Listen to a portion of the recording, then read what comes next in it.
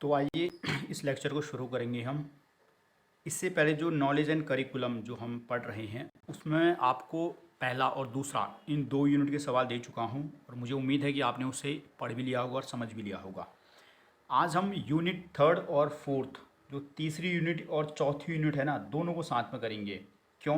क्योंकि जो दोनों यूनिट हैं वो पाठ्यचर्या से संबंधित ही हैं, क्यूरिकुलम से रिलेटेड हैं।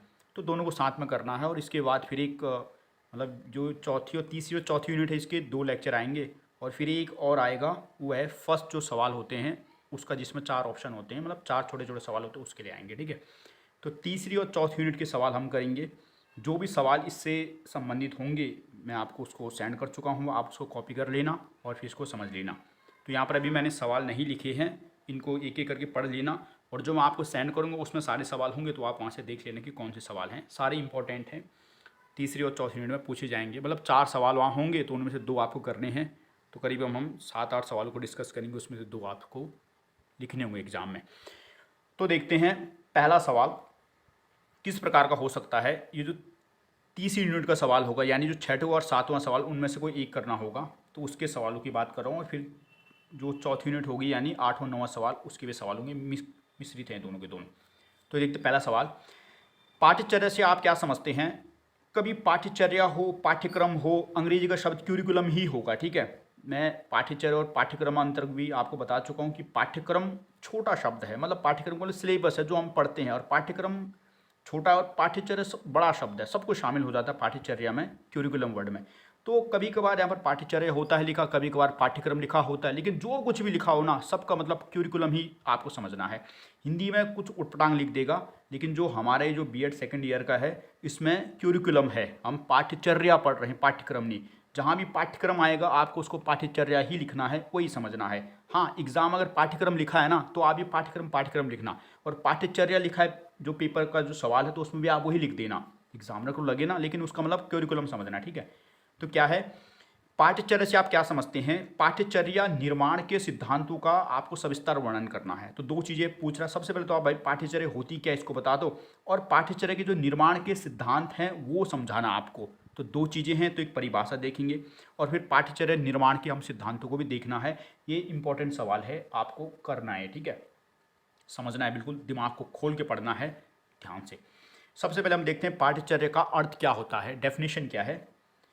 पाठ्यचर्या शब्द अंग्रेजी भाषा के क्यूरिकुलम शब्द का हिंदी रूपांतरण है। अंग्रेजी भाषा का जो क्यूरिकुलम वर्ड है उसका हिंदी रूपांतरण है पाठ्यचर्या। जहाँ क्यूरिकुलम शब्द लैटिन भाषा के क्यूरेरे, CURRERE, क्यूरेरे शब्द से निकला है, जिसका अर्थ है दौड़ का मैदान। किसका अर्थ है दौड़ का मैदान? इस क्यूरेरे का। और क्यूरेरे शब्द लैटिन भाषा का शब्द है और इससे ये क्यूरिकुलम वर्ड निकला है। और क्यूरिकुलम क्या है? हिंदी भाषा का, यानी हिंदी भाषा उसका रूपांतरण है। तो एक बार दोबारा देखते हैं, पाठ्यचर्या शब्द अंग्रेजी भाषा के क्यूरिकुलम शब्द का हिंदी रूपांतरण है, जहां क्यूरिकुलम शब्द लैटिन भाषा के क्यूरेरा शब्द से निकला है, जिसका अर्थ होता है दौड़ का मैदान। अर्थात पाठ्यचर्या एक ऐसा दौड़ का मैदान है जिसमें दौड़कर शिक्षा के उद्देश्यों की प्राप्ति की जाती है। तो ये पाठ्यक्रम जो शब्द है, जो क्यूरिकुलम शब्द है, इसका शाब्दिक अर्थ आपने देखा, यानी जो शब्द है उसका अर्थ देखा। क्या कह रहा है? ये जो क्यूरिकुलम वर्ड है, यानी जो पाठ्यचर्या है, वो क्यूरिकुलम शब्द का हिंदी रूपांतरण है। ये जो क्यूरिकुलम वर्ड है ये क्यूरेरा लैटिन भाषा के शब्द से निकला हुआ है। इस क्यूरेरा का अर्थ होता है दौड़ का मैदान। अतः इसका हम शाब्दिक अर्थ देखें पाठ्यचर्या का, तो क्या है? दौड़ का मैदान, यानी एक ऐसा दौड़ का मैदान है जिसमें शिक्षा के उद्देश्य की प्राप्ति की जाती है दौड़ लगा के। तो पाठ्यचर्या क्या है? एक दौड़ का मैदान है। क्या करना उस दौड़ के मैदान में? उस दौड़ के मैदान में हमको दौड़कर शिक्षा के उद्देश्यों की प्राप्ति करनी है।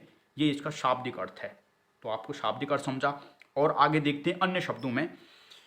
दूसरे शब्दों में कहे तो एक छात्र द्वारा विद्यालय में जाने के बाद और विद्यालय से आने से पहले विद्यालय में की जाने वाली संपूर्ण प्रक्रिया पाठ्यचर्या कहलाती है। इसके अंतर्गत पढ़ना, लिखना, खेलकूद, प्रार्थना, संगीत, अभ्यास आदि सभी क्रियाएं शामिल होती है। तो ये अन्य अर्थ है। एक तो आपने शाब्दिक अर्थ देखा कि भाई शब्द का क्या अर्थ निकल रहा है, और अन्य शब्दों में देखा कि पाठ्यचर्या क्या है? पाठ्यचर्या एक बच्चा जब स्कूल में जाता है और स्कूल से वहाँ से बाहर आता है, तो स्कूल में जाने और वहाँ से निकलने के बीच में उसने जो कुछ भी स्कूल में किया, चाहे उसने पढ़ा है, खेल कूद की है, प्रार्थना की है, संगीत की है, फेयरवेल पार्टी की है, जो कुछ भी उसने किया वहाँ पर ना, संगीत नृत्य, वो सब कुछ पाठ्यक्रम में शामिल होता है। यानी पाठ्यक्रम एक बहुत व्यापक शब्द है और ये पाठ्यक्रम के तहत अंतर्गत पढ़ना लिखना आता है, ये सिलेबस का काम है। तो क्या है, पाठ्यक्रम है, छोटी चीज़ है पाठ्यक्रम। बाद में अंतर भी समझेंगे, वो पेपर में पूछा जाता है। तो आपने देख लिया, अर्थात विद्यालय में रहते हुए शिक्षक के संरक्षण में छात्रों द्वारा जो भी क्रियाएं की जाती हैं उसे हम पाठ्यचर्या क्यूरिकुलम कहते हैं। इसका उद्देश्य शिक्षा के उद्देश्यों की प्राप्ति करना और छात्रों का सर्वांगीण विकास करना है। तो पाठ्यचर्या का उद्देश्य क्या है कि वह जो शिक्षा के उद्देश्य हैं उनको पाना है और साथ ही साथ छात्रों का शारीरिक, मानसिक, आध्यात्मिक, मनोवैज्ञानिक सभी प्रकार का सर्वांगीण विकास करना है। सर्वांगीण विकास का मतलब है जो चौमुखी विकास, सब कुछ रूप से उसका विकास हो जाए। तो पाठ्यचर्या का आपने अर्थ समझा। सबसे पहले शाब्दिक अर्थ मान लिया कि भाई हिंदी जो पाठ्यचर्या शब्द है अंग्रेजी भाषा क्यूरिकुलम का हिंदी रूपांतरण है। क्यूरिकुलम वर्ड लैटिन भाषा क्यूरेरा से निकला है।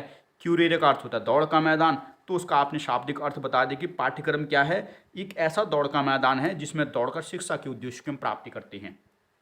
उसके बाद आपने दूसरे शब्दों में कह दिया कि एक बच्चा स्कूल में जाने के बाद और वहाँ से निकलने से पहले जो भी गतिविधियाँ स्कूल में करता है, पढ़ना लिखना, खेलकूद, वटएवर, वो सब कुछ पाठ्यक्रम के तहत शामिल आ जाती है। और थोड़ा और आपने एक्सप्लेन कर दिया कि विद्यालय में रहते हुए शिक्षक के संरक्षण में बच्चा ने जो कुछ भी किया वो सब कुछ क्या है, पाठ्यचर्या कहलाती है। और इसका मेन उद्देश्य कि बस शिक्षा के उद्देश्य तो प्राप्त करने ही है, साथ ही साथ बच्चे का चौमुखी विकास भी करना है।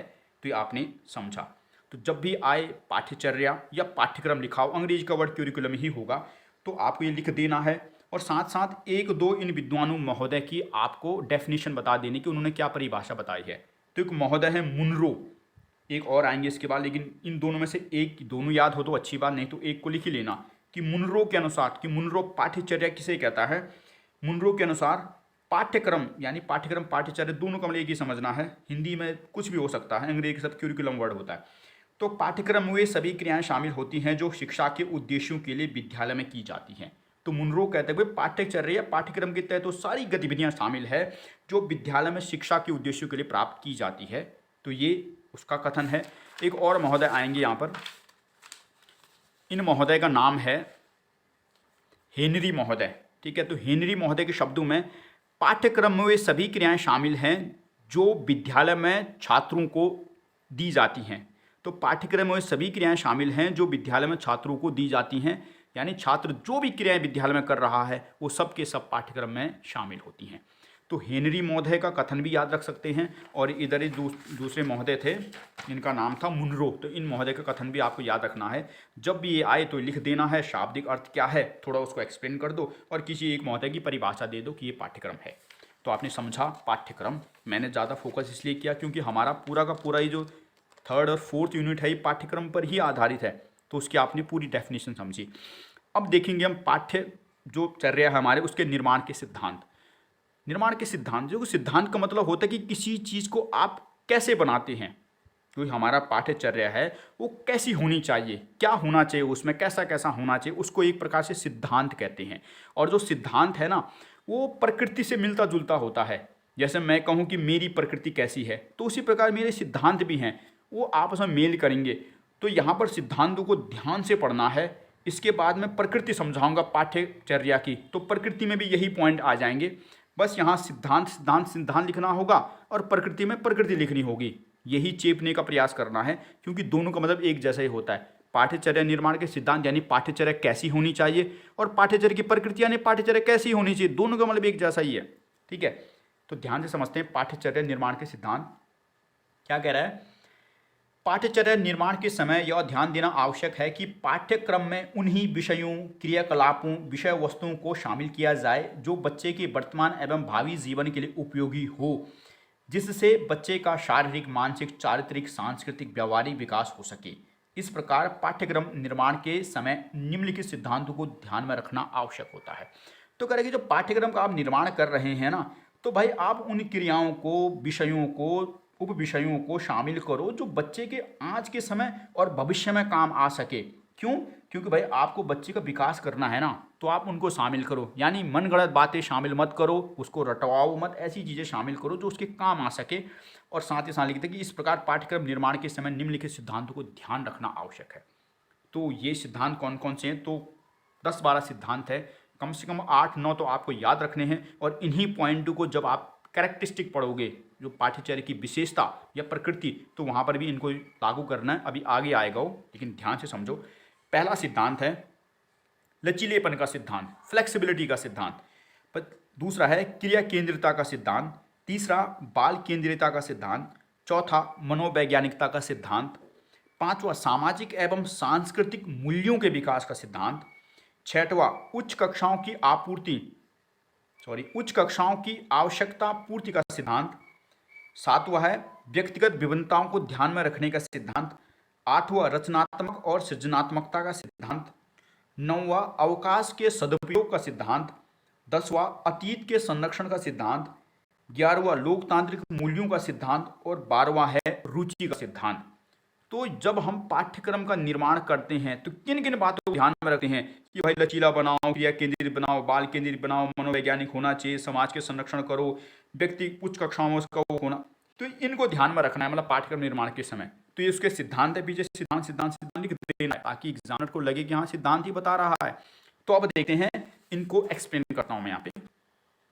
लचीलेपन का मतलब होता है कि किसी चीज में हम आवश्यकता अनुसार परिवर्तन कर सकते हैं, उसे ही कहते हैं लचीलेपन। कैसी चीजें होती है ना कि जिसमें हम परिवर्तन नहीं कर सकते, तो बहुत कठोर है। लेकिन जो पाठ्यक्रम है वो लचीला होना चाहिए। क्यों? क्योंकि भाई समय के अनुसार कई चीज़ें परिवर्तन होता रहता है, तो नई चीज़ें जोड़ो, पुरानी चीज़ें हटाओ। इसलिए पाठ्यचर्या जब भी आप निर्माण करते हैं तो लचीलापन होना चाहिए उसमें। तो देखते हैं क्या कह रहा है। पाठ्यचर्या निर्माण के समय यह ध्यान देना आवश्यक है कि पाठ्यक्रम लचीला होना चाहिए ताकि बच्चे अपनी रुचि, क्षमता, आवश्यकता, प्रकृति के अनुसार सीख सके और पाठ्यक्रम में आवश्यकता अनुसार परिवर्तन भी किया जा सके। अनावश्यक चीज़ों को पाठ्यक्रम से बाहर किया जा सके और नई सामग्री को शामिल किया जा सके। इसलिए पाठ्यक्रम को हमेशा लचीला होना चाहिए। तो पाठ्यक्रम लचीला हो। क्यों लचीला हो? क्योंकि पाठ्यक्रम जो है वो बच्चे अपनी रुचि, क्षमता के अनुसार सीख सके और साथ ही साथ जो नई चीज़ें हम उसको जोड़ सके, पुरानी चीज़ों को हटा सके, यानी आवश्यकता के अनुसार हम परिवर्तन कर सके। इसलिए पाठ्यक्रम लचीला होना चाहिए। ठीक है। दूसरा देखते हैं क्रिया केंद्रिता का सिद्धांत। क्रिया केंद्रिता का सिद्धांत होता है कि भाई जो पाठ्यक्रम है वो ऐसा होना चाहिए कि बच्चों को हम क्रिया करके सिखाएं, मॉडल बना के सिखाएं, चीज़ों को देख के सिखाएं। रटाने जैसा नहीं होना चाहिए कि भाई रट्टू नहीं बनाना बच्चे को, तो उसे कहते हैं क्रिया केंद्रिता। एक्टिविटी करके सिखाए बच्चों को। तो दूसरा देखते हैं, यह सिद्धांत बच्चों की एक्टिविटी यानी क्रियाओं पर आधारित है। इस सिद्धांत के अनुसार बच्चों को रटाने की बजाय मॉडल बनाकर, आकृति बनाकर, यंत्र या उपकरण की सहायता लेकर सिखाना चाहिए ताकि बच्चे खुद करके सीखे, क्योंकि खुद करने से प्राप्त ज्ञान स्थायी होता है और बच्चे उसे जल्दी नहीं भूलते हैं। अतः क्रिया केंद्रिता का सिद्धांत कहता है कि पाठ्यक्रम में क्रियाओं को शामिल किया जाना चाहिए। तो क्रिया केंद्रिता का सिद्धांत यही है कि बच्चे को करके सिखाओ। जो बच्चा है उसको मॉडल बनाकर, कई सारे आकृति बनाकर इस प्रकार से सिखाओ, क्योंकि बच्चा ऐसे सीखेगा तो जल्दी चीज़ों को भूलेगा नहीं। यानी हमें पाठ्यक्रम में क्रियाओं को ज़्यादा महत्व देना है। चीज़ों को रटाने की बजाय, सिद्धांतों को समझाने की बजाय भाई मॉडल बना के चीज़ों को सिखाओ, आकृति बनाकर सिखाओ। इसे ही क्रिया केंद्रिता का सिद्धांत कहते हैं। तो ये भी आपको समझ आया होगा। तो ये दूसरा हो गया है ना। तीसरा देखते हैं, बाल केंद्रिता का सिद्धांत। बाल केंद्रिता का सिद्धांत का मतलब होता है कि जब भी आप पाठ्यक्रम का निर्माण करते हैं तो बच्चे को देखो कि बच्चा कैसा है, उसके अनुसार बनाना है। मतलब ये शिक्षक है, आप शिक्षक केंद्रित मत बनाओ, भाई मुझे कितनी जानकारी है आप इसके अनुसार पाठ्यक्रम मत बनाओ, बल्कि बच्चा कैसा है, क्या वो उस पाठ्यक्रम को पढ़ भी पाएगा या नहीं पढ़ पाएगा, समझ नहीं पाएगा, उसको देखो, उसके अनुसार पाठ्यक्रम को निर्माण करो। इसे ही कहते हैं बाल केंद्रियता, यानी बच्चे को केंद्र में रख के बनाओ पाठ्यक्रम को। तो बहुत अच्छी बात है, आज के समय में जो पाठ्यक्रम है वो बच्चे को केंद्र में रखकर ही बनाया जाता है। तो कक्षा में अनेक प्रकार के बच्चे होते हैं। उनकी आयु, क्षमता, अक्षमता, योग्यता, रुचि, जिज्ञासा, प्रवृत्ति एक दूसरे से भिन्न होती है। इसलिए पाठ्यक्रम ऐसा होना चाहिए जो सभी बच्चों को ध्यान में रखकर बनाया गया हो। इसे ही बाल केंद्रिता का सिद्धांत कहते हैं। यानी पाठ्यक्रम बनाते समय बच्चों को केंद्र में यानी पाठ्यक्रम बनाते समय बच्चों को केंद्र में रखो कि बच्चे कैसे हैं। तो बच्चों को ध्यान देना है कि भाई बच्चा कैसा है, उस अनुसार आपको पाठ्यक्रम बनाना है और सभी बच्चों को ध्यान में रखो। ये नहीं कि जो कक्षा में 4 बच्चे बैठे हैं इंटेलिजेंट हैं उनको देख लिया और पाठ्यक्रम में गणित के बहुत कठिन कठिन सवाल डाल दिए। अरे हम जैसे गधे भी तो बैठे हैं पीछे, तो हमको भी देखो ना, हमको तो आए नहीं रहे, तो पाठ्यक्रम में सरल चीज़ें भी डालो, सभी बच्चों को देखो। भाई सब जैसे की क्षमता योग्यता एक जैसी थोड़ी होती है। हमारे टाइम में तो यही होता था, टीचर अगर 4 आगे का समझदार को समझा दिया तो उसको समझता था कि पीछे के 70 समझ गए, वो पीछे हम जैसे गधे बैठे रहते तो समझते नहीं थे। तो भाई हमको भी समझाना है, बच्चों को केंद्र में रखो आप। तो ये आपने समझ लिया। अगला सिद्धांत देखते हैं, मनोवैज्ञानिकता का सिद्धांत। मनोवैज्ञानिकता का मतलब होता है कि बच्चों की मन की बात जानकर पाठ्यक्रम बनाओ, अपने अनुसार मत बनाओ कि टीचर कितना विद्वान है, बच्चे की मन की भावना समझो। ठीक है, तो इसे ही कहते हैं मनोवैज्ञानिकता का सिद्धांत। पाठ्यक्रम निर्माण के समय इस बात का ध्यान रखना आवश्यक है कि बच्चों का मानसिक स्तर, चिंतन मनन का स्तर, निर्णय लेने की क्षमता कैसी है। अर्थात शिक्षक को बच्चों की मन की बात को ध्यान में रखकर पाठ्यक्रम का निर्माण करना चाहिए कि बच्चों को कैसे समझाना या पढ़ाना होगा। तो इसे ही कहते हैं मनोवैज्ञानिकता का सिद्धांत। बाल केंद्र के सिद्धांत, बच्चों को केंद्र में रखो, और मनोवैज्ञानिकता का सिद्धांत कि उनके मन को पढ़ो कि कैसा बच्चा है, समझ का स्तर कितना है, किस प्रकार उत्तर दे सकता है। अगर मैं इस पाठ्यक्रम में इस चीज़ को रखूँ तो समझ भी पाएगा, नहीं समझ पाएगा। मनोविज्ञान, मनोविज्ञान को समझते हो ना, साइकेट्रिस्ट बोलते हैं, जैसे मनोवैज्ञानिक डॉक्टर देखे होंगे आपने कई बार, जब सब इंसान पागल हो जाता है, कुछ हो जाता है, तो साइकेट्रिस्ट के पास ले जाते हैं और वो फिर उसके मन की बात पढ़ता है बच्चे की, मतलब जो सामने आदमी बीमार है। तो इसे ही कहते हैं मनोवैज्ञानिकता, दूसरे की मन की बात जानना है। ठीक है, तो पाठ्यक्रम में ऐसा ही होना चाहिए कि बच्चे की मन की बात को जानो और फिर बना के रखो। अगला, सामाजिक एवं सांस्कृतिक मूल्यों के विकास का सिद्धांत, कि पाठ्यक्रम ऐसा हो जिसमें समाज और संस्कृति के मूल्य हैं ना, जो उनका विकास बना रहे, उनका संरक्षण भी हो। मानव एक सामाजिक प्राणी है, वह जन्म से लेकर मरण तक समाज में ही रहता है और समाज के बाहर उसका कोई स्थान नहीं है। बिल्कुल बात सही है भाई, हम समाज में ही रहते हैं, समाज में जन्म और कल को समाज से मर भी जाएंगे, तो यहाँ से बाहर जंगल में तो स्थान है नहीं हमारा। इसलिए पाठ्यक्रम निर्माण के समय ध्यान देना आवश्यक है कि बच्चों में सामाजिक मूल्यों जैसे प्रेम, सहयोग, सद्भावना, ईमानदारी, सहनशीलता एवं सांस्कृतिक मूल्यों जैसे बोली, भाषा, मान्यता, प्रथा, खान पान, पहनावा, त्योहार आदि का विकास हो।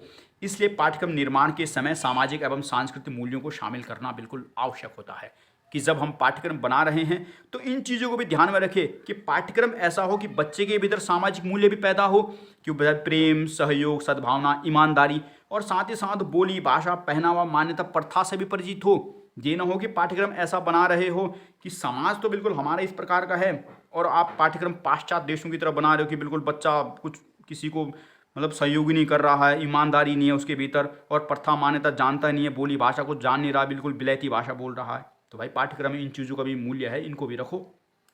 अगला है व्यक्तिगत विभिन्नताओं को ध्यान में रखने का सिद्धांत। देखो, व्यक्तिगत भिन्नता 2 प्रकार की होती है। पहला, आप और मैं, कई ऐसी चीज़ें होंगी जो भाई भिन्न होंगी।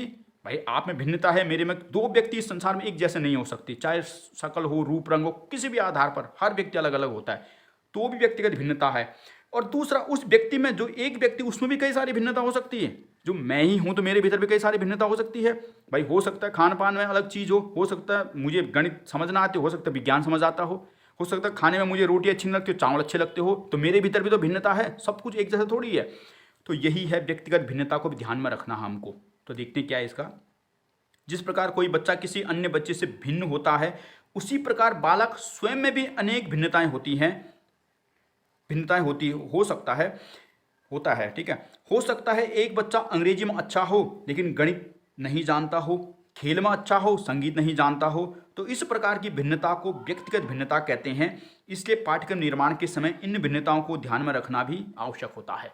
तो व्यक्तिगत भिन्नता दोनों ध्यान में रखनी है कि अलग अलग प्रकार के बच्चे हैं, उनको भी ध्यान में रखो, और साथ ही साथ व्यक्तिगत भिन्नता को भी ध्यान में रखना है।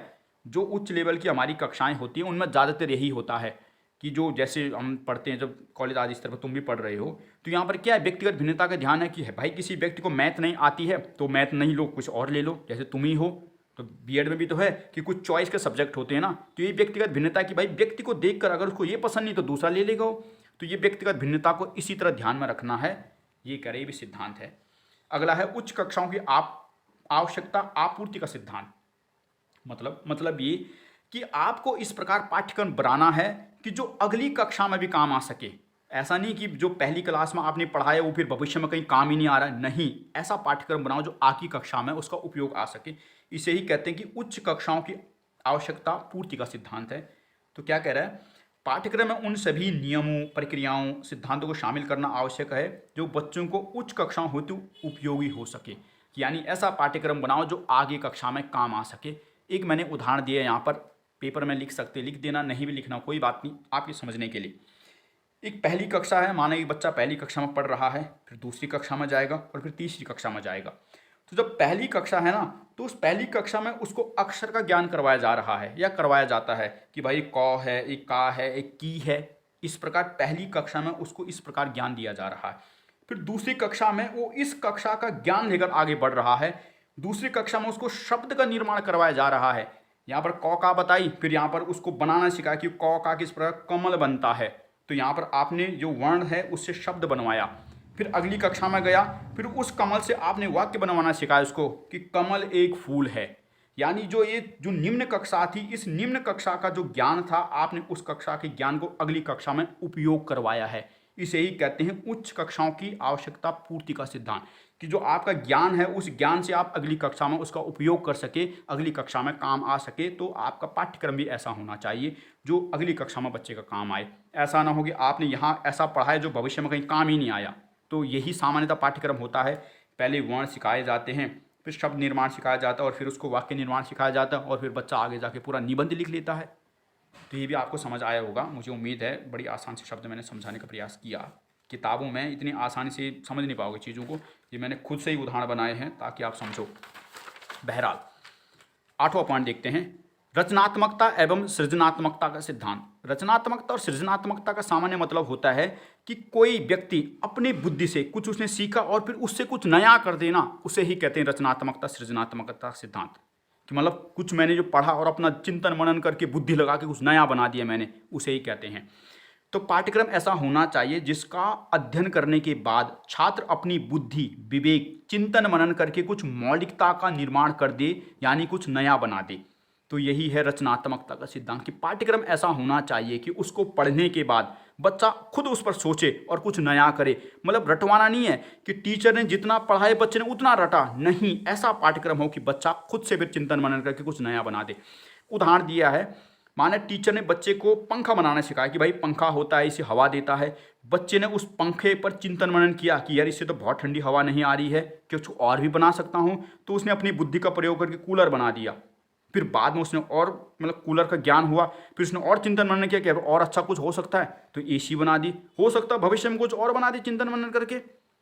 तो इसे ही कहते हैं कि हमने तो ज्ञान एक ही दिया है, उसने अपनी बुद्धि का प्रयोग करके उसमें नवाचार ला दिया। इसे ही कहते हैं रचनात्मकता और सृजनात्मकता, कुछ नया बना दे। एक सवाल पूछता हूँ आपसे, थोड़ा उत्तर देना। एक इंजीनियर और एक चपरासी, इन दोनों में क्या अंतर होता है?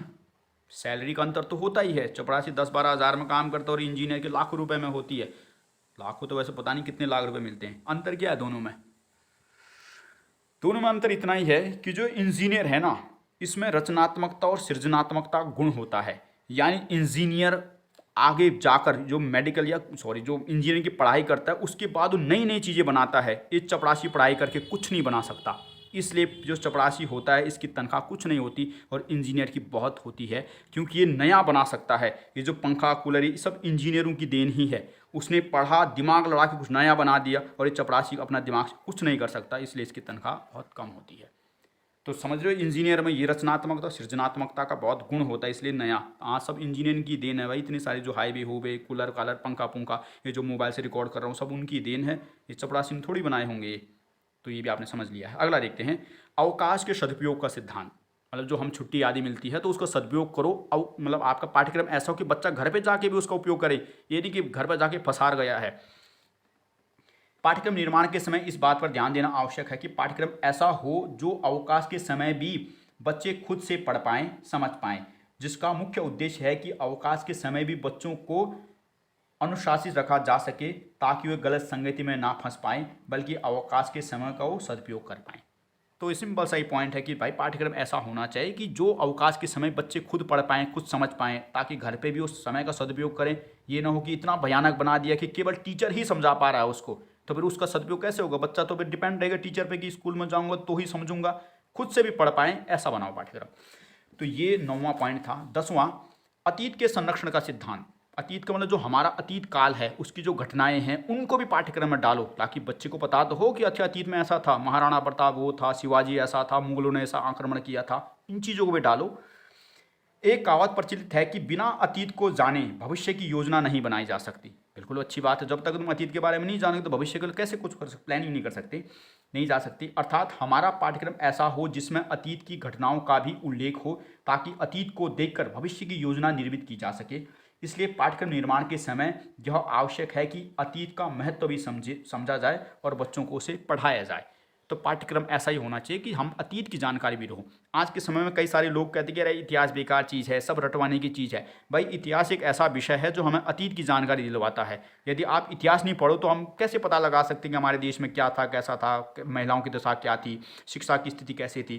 कोई है इसके अलावा कोई अन्य साधन जो आपको बता सकता है? कोई नहीं बता सकता। तो इतिहास हमें अतीत की जानकारी दिलवाता है, इसलिए पाठ्यक्रम में बहुत महत्व दिया जाता है इतिहास विषय को। हालांकि बहुत बोरिंग विषय भी होता है उसके लिए जो समझ नहीं सकता या समझा नहीं सकता। बहरहाल ये भी समझ लिया है, मुझे उम्मीद आप समझ पा रहे हैं। अगला है लोकतांत्रिक मूल्यों का सिद्धांत। पाठ्यक्रम निर्माण के समय यह बात ध्यान देने योग्य है कि पाठ्यक्रम में लोकतांत्रिक मूल्यों जैसे समानता, स्वतंत्रता, बंधुता, न्याय, मानव गरिमा आदि मूल्यों का समावेश हो, ताकि बच्चों में इन मूल्यों का बीजारोपण किया जा सके और भविष्य में वे बेहतर नागरिक बने। तो ये पॉइंट याद रखने हैं। लोकतांत्रिक मूल्यों का सिद्धांत, लोकतांत्रिक मूल्य याद होने चाहिए। समानता, स्वतंत्रता, न्याय, बंधुता, प्रेम, भाईचारा, ये सब लोकतांत्रिक मूल्य हैं। तो बस इनको लिख देना है कि लोकतांत्रिक मूल्यों का सिद्धांत, बस ये लिखना है कि ऐसा होना चाहिए जिसमें लोकतांत्रिक मूल्य हैं, लोकतांत्रिक मूल्य ये होते हैं और नागरिक अच्छा बनाना है। रटना नहीं है चीज़ों को, ये चीज़ें याद होनी चाहिए कि अच्छा लोकतांत्रिक मूल्य ऐसे होते हैं, अच्छा सामाजिक मूल्य ये होते हैं, अच्छा नैतिक मूल्य ये होते हैं, तो वो लिख देने हैं। अगला है रुचि का सिद्धांत। रुचि का सिद्धांत का मतलब ये है कि पाठ्यक्रम ऐसा हो भाई जिसमें रुचि आए, उत्साह, उमंग हो बच्चे को पढ़ते समय। ये ना हो कि बच्चे वहाँ ऊँग रहे हैं, उबासी ले रहे हैं। पाठ्यक्रम में उन सभी गतिविधियों को शामिल किया जाना चाहिए जिससे बच्चों में रुचि, उत्साह, उमंग का संचार हो। अर्थात पाठ्यक्रम निर्माण के समय खेल, संगीत आदि विभिन्न गतिविधियों को शामिल करना आवश्यक होता है। तो बिल्कुल बात भी सही है। जब हम स्कूल आदि में पढ़ते थे 8 हमारे पीरियड होते थे, तो उनमें पीरियडों में देखा होगा पहले पढ़ाया जाता था, सुबह हम व्यायाम आदि करते थे, फिर खेल कूद भी पीरियड होता था, कंप्यूटर का भी पीरियड होता था, ताकि उनसे बच्चों में थोड़ी रुचि आए ना कि हाँ हाँ ऐसा है। पढ़ते पढ़ते तो फिर वो दिमाग बोर हो जाता है इंसान का। तो ये रुचि का सिद्धांत है। तो ये हमने पाठ्यक्रम के सिद्धांत को भी समझ लिया है। तो हमने सबसे पहले पाठ्यक्रम को समझा, शाब्दिक अर्थ देखा, फिर और उसको एलेबोरेट कर दिया, थोड़ा और अर्थ देखा, और फिर एक मुनरो साहब और इसे हेनरी महोदय की हमने परिभाषा भी देख ली। उसके बाद मैंने पाठ्यक्रम के सिद्धांत आपको बताया कि भाई जब हम पाठ्यक्रम को बनाते हैं तो किन किन बातों को ध्यान में रखते हैं। तो सारी बातें हैं। लचीला होना चाहिए ताकि परिवर्तन कर पाए, क्रिया केंद्रित होना चाहिए, भाई एक्टिविटी करवाओ, रटवाओ मत चीज़ों को, बाल केंद्रित होना चाहिए, बच्चों को ध्यान में रखो, मनोवैज्ञानिक सिद्धांत कि बच्चे के मन की बात को जानो, अपने अनुसार मत करो कुछ, उनको देखो कैसे बच्चे हैं। सामाजिक एवं सांस्कृतिक मूल्यों का विकास करना हमको, उच्च कक्षाओं की आपूर्ति होनी चाहिए, पहली कक्षा में ऐसा पढ़ा जो आगे कक्षा में काम आए। व्यक्तिगत भिन्नताओं को ध्यान में रखने का सिद्धांत, भाई अलग अलग भिन्नताएं हैं सबको ध्यान में रखो। रचनात्मक और सृजनात्मकता सिद्धांत, वही चपरासी और इंजीनियर वाला। अवकाश के सदुपयोग का सिद्धांत कि घर पे पढ़ सके बच्चा। अतीत के संरक्षण का सिद्धांत कि भाई जो हमने अतीत में घटना घटित है उसको भी जाने बच्चा। लोकतांत्रिक मूल्य, समानता, स्वतंत्रता, न्याय, भाईचारा, उसके बेहतर सृजन करना है। और रुचि भी होनी चाहिए बच्चे में, खेलकूद, संगीत आदि को भी डालो ताकि रुचि भी पैदा हो।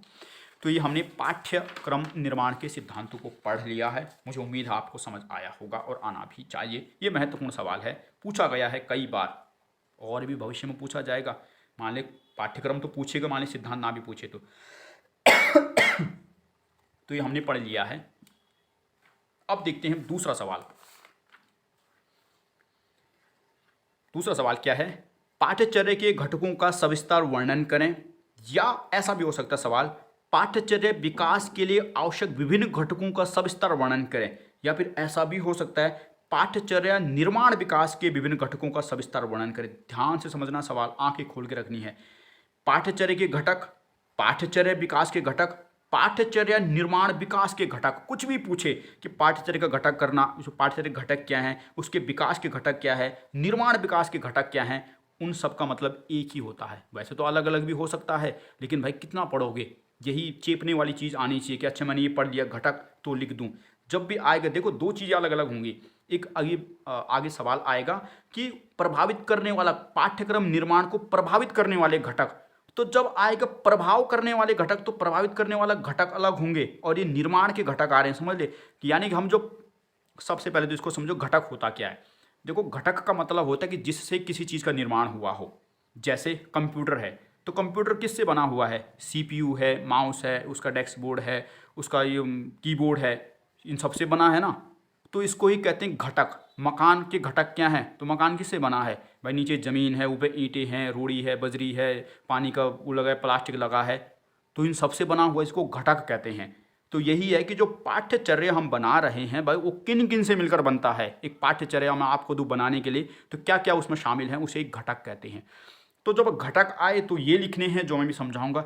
और आगे पाठ्यचर्या निर्माण को प्रभावित करने वाले घटक तो अलग होंगे। वहां पर ये नहीं पूछ रहा कि किन से बना है, वहां पर ये पूछ रहा है कि भाई क्या क्या चीजें उसको प्रभावित करती हैं, किन किन से इफेक्ट उस पर पड़ रहा है। तो दो अलग अलग चीजें हैं। घटक आए तो ये लिख देना है। अब देखते हैं कैसे सवाल बन रहा है। सबसे पहले देखते हैं सबसे पहले घटक समझते हैं और फिर समझते हैं घटक होता क्या है। एक छात्र द्वारा विद्यालय में जाने के बाद और विद्यालय से आने से पहले एक शिक्षक के संरक्षण में विद्यालय में जो भी गतिविधियां की जाती है उसे हम पाठ्यचर्या कहते हैं। बिल्कुल वही परिभाषा जो है। और एक पाठ्यचर्या जिन जिन तत्वों से मिलकर बना होता है उसे ही पाठ्यचर्या हम क्या कहते हैं, पाठ्यचर्या का घटक कहते हैं। यानी पाठ्यचर्या क्या था, जो हमने एक्टिविटी बच्चे को सारी स्कूल में वो सब आ गई और वो कैसे कैसे बना हो पूरा पाठ्यचर्या, उसे पाठ्यचर्या घटक करते हैं। अर्थात पाठ्यचर्या घटक से तात्पर्य उन तत्वों से है जिनके सहयोग से पाठ्यचर्या का निर्माण किया जाता है। जिस प्रकार एक कंप्यूटर अनेक घटकों जैसे सीपीयू है, मॉनिटर है, माउस है, कीबोर्ड है आदि से मिलकर बना है, उसी प्रकार पाठ्यचर्या के भी घटक होते हैं जो मुख्य रूप से 4 प्रकार के होते हैं। तो मुझे समझ आया, मुझे उम्मीद है कि आपको समझ आया कि घटक का मतलब क्या है। जिनसे कोई चीज़ बनती है उसे ही घटक कहते हैं, कंपोनेंट कहा जाता है। तो क्या क्या घटक हैं पाठ्यचर्या के, तो पाठ्यचर्या के मुख्य रूप से 4 घटक होते हैं। पहला घटक होता है उद्देश्य, एम। दूसरा होता है विषय वस्तु, कंटेंट। तीसरा होता है शिक्षण विधियां, टीचिंग मेथड। और चौथा होता है मूल्यांकन यानी इवैल्यूएशन। यानी कुल मिलाकर जब कोई पाठ्यचर्या बना रहा होगा तो 4 चीज़ों को ध्यान में रखेगा। सबसे पहले तो उद्देश्य देखेगा, बस जो मैं पाठ्यचर्या बना रहा हूँ उसके क्या उद्देश्य हैं, किस प्रकार के उद्देश्य हैं, किन उद्देश्य की प्राप्ति के लिए मैं बना रहा हूँ। तो सबसे पहले उद्देश्य को निर्धारण करेगा। उसके बाद वो विषय वस्तु को निर्धारण करेगा कि जो पाठ्यचर्या है उसमें हमने कौन सी किताबें पढ़ानी है, किन किन बच्चों को पढ़ाना है, हिंदी में होगी, अंग्रेजी में होगी, कौन सी सामग्री चाहिए होगी, ब्लैक बोर्ड कैसा चाहिए होगा, किस बोर्ड पे पढ़ाऊंगा, जो इलेक्ट्रॉनिक बोर्ड है वो पारंपरिक है, किस में पढ़ाऊंगा। तो इसको कंटेंट सामग्री कहेंगे। तीसरा शिक्षण विधियाँ, किस विधि से पढ़ाऊंगा, कौन सी उपविधि होगी, किस तरह टीचर अपने आप को प्रेजेंट करेगा, यानी वो शिक्षण विधियों में शामिल हो जाता है। और अंत में मूल्यांकन। मूल्यांकन का मतलब ये नहीं बच्चे का, यहाँ पर मूल्यांकन का मतलब कि इन चीज़ों का मूल्यांकन करेगा, तीनों का, कि ये ठीक था, ये भी ठीक है, ये भी ठीक है, अच्छा मैंने एक बार उनको देख लिया। तो इन चारों से मिलकर कोई पाठ्यचर्या जो है उसका पूरा घटक है, इनसे मिलकर कोई पाठ्यचर्या बनती है। तो ये घटक समझ लिया आपने। अब इनको एक्सप्लेन कर रहा हूँ मैं। उद्देश्य देखते हैं, एम। पाठ्यक्रम के घटकों में सबसे पहला और सबसे आधारभूत घटक उद्देश्य होता है। तो सबसे पहला भी है और सबसे आधारभूत बेस है उद्देश्य। बिना उद्देश्य कुछ नहीं हो सकता, उद्देश्य है। उद्देश्य पाठ्यक्रम निर्माण के लिए आधार का काम करती हैं, इसलिए पाठ्यचर्या के निर्माण में सबसे पहले उद्देश्यों का चयन किया जाता है। आधारभूत है क्योंकि जो आधार ही बेस नहीं होगा किसी चीज़ को तो किस पर बनाओगे किसी चीज़ को। तो सबसे पहले बेस की जरूरत होती है और बेस का काम कर रहा है हमारा उद्देश्य। क्योंकि बिना उद्देश्य के निर्माण के एक बेहतर पाठ्यचर्या का निर्माण नहीं किया जा सकता, इसलिए सबसे पहले उद्देश्यों का चयन किया जाता है और इसके चयन में छात्रों और समाज की आवश्यकताओं और ज़रूरतों को ध्यान में रखा जाता है। तो जब भी कोई पाठ्यचर्या का निर्माण कर रहे हैं तो सबसे पहले हम उद्देश्य को ध्यान में रखते हैं। सबसे पहले उद्देश्य उसका घटक होता है कि भाई समाज की बच्चों की क्या ज़रूरत है, किन उद्देश्यों की प्राप्ति के लिए हम पाठ्यचर्या को बना रहे हैं, तो उनको ध्यान में रखा जाता है। ये बेस होता है। इन उद्देश्यों के बिना आप कुछ नहीं कर सकते। भाई हर का जीवन का उद्देश्य होता है, हमारा भी कोई उद्देश्य है, तो उद्देश्य होगा तभी बच्चा आगे बढ़ता है। बिना उद्देश्य के तो गधे की तरह रहेगा वो। तो यही है पहला, आपने देखा उद्देश्य। अब दूसरा देखते हैं विषय वस्तु, कंटेंट। यह पाठ्यक्रम निर्माण का दूसरा घटक है। यह पाठ्यक्रम निर्माण का दूसरा घटक होता है जो मुख्य रूप से पाठ्यचर्या के उद्देश्यों पर टिका होता है। सबसे बेस क्या है? पाठ्यचर्या। उसके ऊपर उसके बेस पर टिका हुआ है विषय वस्तु, कंटेंट, ठीक है, टिका होता है। इसमें विषय वस्तु जो सिलेबस होता है, टॉपिक, सिद्धांत, नियम आदि का चयन किया जाता है कि क्या क्या पढ़ाना है, किस कक्षा में कौन सी किताबें पढ़ानी है, टॉपिक क्या होगा आदि। साथ ही साथ सामग्री, सहायक सामग्री आदि का चयन भी इस चरण में किया जाता है। तो कुल मिलाकर जो कंटेंट है वो सब कुछ विद्यालय में कि भाई क्या पढ़ाना है, 5वीं क्लास तक के बच्चे पढ़ाने, 10वीं तक के पढ़ाने हैं, 12वीं तक के पढ़ाने हैं, अंग्रेजी मीडियम होगा, हिंदी माध्यम होगा, कौन सी किताबें होंगी, किस भाषा में होंगी, किस प्रकार लिखी होंगी, इन सब का जब भी निर्धारण करते हैं ना, उसे ही कहते हैं विषय वस्तु। तो सबसे पहले आपने उद्देश्य निर्धारित कर दिए, उसके बाद आपने विषय वस्तु निर्धारित कर दी। तीसरा होता है शिक्षण विधियाँ। शिक्षण विधियों का संबंध टीचर से है कि टीचर किस तरह अपने आप को प्रेजेंट करेगा कक्षा में, उसे ही शिक्षण विधियाँ शामिल होंगी। तो शिक्षण विधियां अर्थात टीचिंग मेथड का संबंध मुख्य रूप से शिक्षकों से है, बच्चों से कोई संबंध नहीं। भाई जो शिक्षण विधि टीचिंग होगा तो बच्चा थोड़ी पढ़ाएगा, शिक्षक पढ़ाएगा। कि एक यहां पर शिक्षक होगा, ठीक है,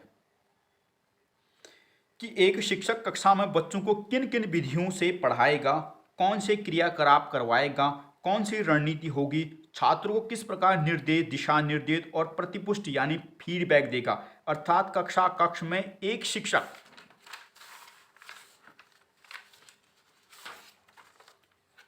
स्वयं को छात्रों के समक्ष किस प्रकार प्रस्तुत करेगा, इस सब का निर्धारण इस चरण में किया जाता है। क्योंकि बेहतर उपस्थिति आकर्षण का केंद्र होती है, इसलिए पाठ्यक्रम का यह तीसरा और महत्वपूर्ण चरण भी है। तो बिल्कुल बात यही कह रहा है। आपका प्रेजेंटेशन यदि बेहतर नहीं है ना, तो भले ही आप कितने भी ज्ञानी क्यों नहीं हो, कितने भी महान क्यों नहीं हो, कोई काम का नहीं है। तो आप अपने आप को बच्चों के सामने किस प्रकार प्रेजेंट करते हैं, बेहतर तरीके से पढ़ा रहे हो, नए नए तरीके से नियम, सिद्धांत, निर्देश बेहतर दे रहे हो, तो वही तो अट्रैक्टिव होगा।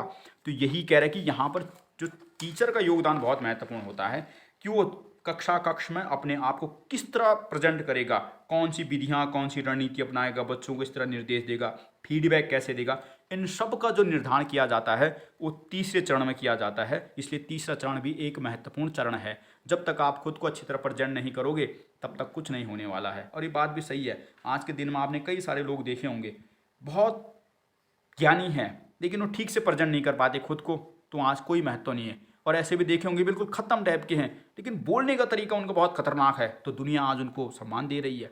तो यही है, खुद को प्रेजेंट करना आना चाहिए, वही कह रहा है। तो हमने 3 घटक देख लिए, समझ आ रहा है ना कि कैसे कैसे बनने चीज़ें।